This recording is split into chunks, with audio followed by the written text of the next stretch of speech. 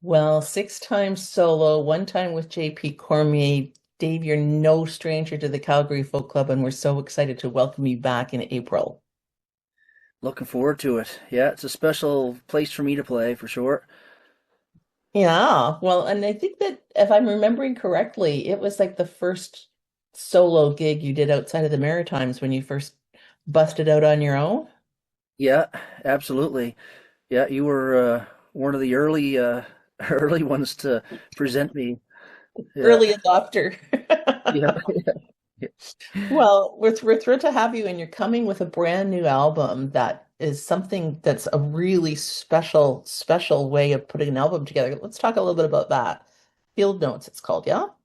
Yeah, so it was recorded in Australia, and it was a gift basically. A friend of mine, Mark Lang, who's a singer-songwriter, a really great singer-songwriter from Australia. He lives in Point Lonsdale, just outside of Melbourne.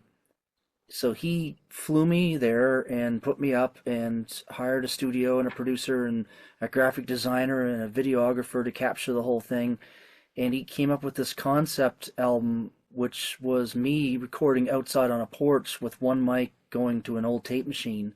And he wanted it to be, he wanted to shake things up from the way I've been recording in the past, and also to do something that's almost the opposite of AI, Yeah. um, as a statement.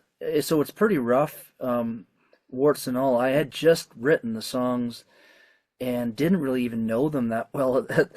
So he came up with this. It's called Field Notes. These are fresh thoughts and ideas, and so they would print the lyrics off for me, and I was able to to sing the songs. But they weren't really giving me a chance to get too comfy with them. They wanted it to sound fresh and exciting, and on old guitars too. So old guitars with nylon strings that he's collected over the years at different yard sales and things. So the record has a real old sound to it, and they had a stereo pair of mics in a gum tree above me to pick up the birds and the wind.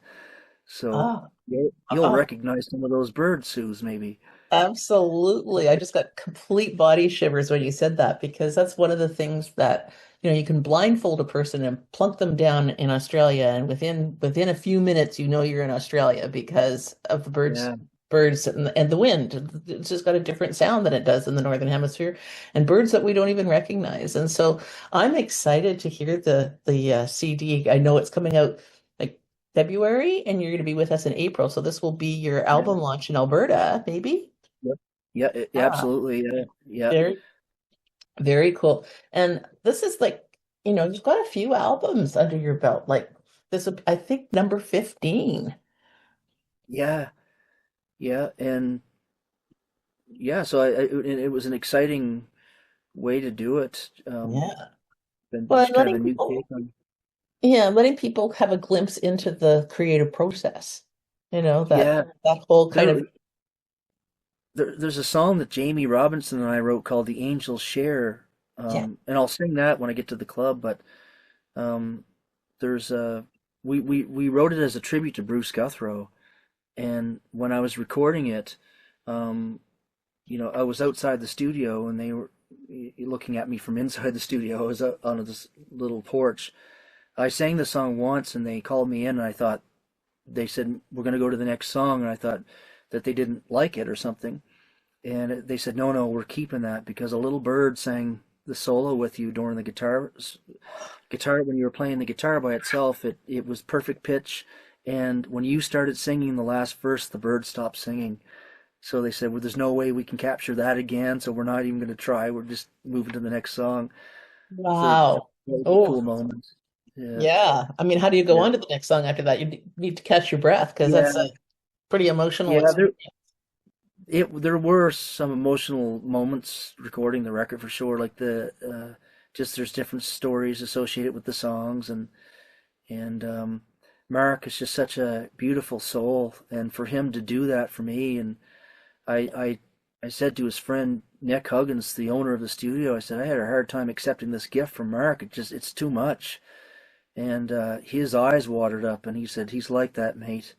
if he obviously really thinks the world of you and knows that this could work, and just trust Mark. Whatever he suggests, just kind of go with the flow because he has a good spidey sense for what's going to work.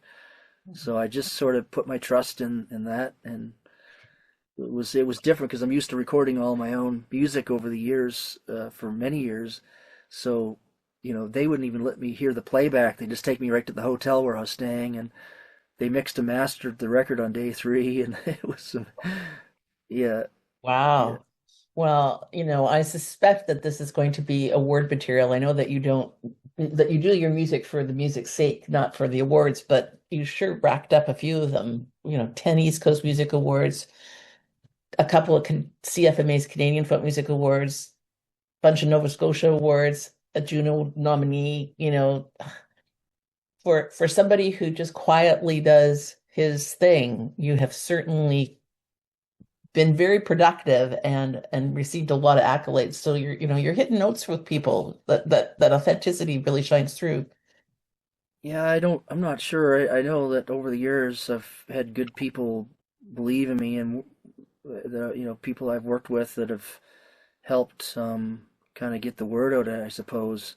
But yeah, it's hard to know in this day and age. Like, so many people are putting out material, and you just never know where it's gonna go. It sort of take a little life of its own on, I suppose. But this is definitely the most honest and raw record I've ever made, so, warts and all. I said to Mark, I said, "Man, like, this is not perfect." He goes, "You don't clean the barbie, mate, the barbecue. All the flavor and the magic's in the crud on the grill."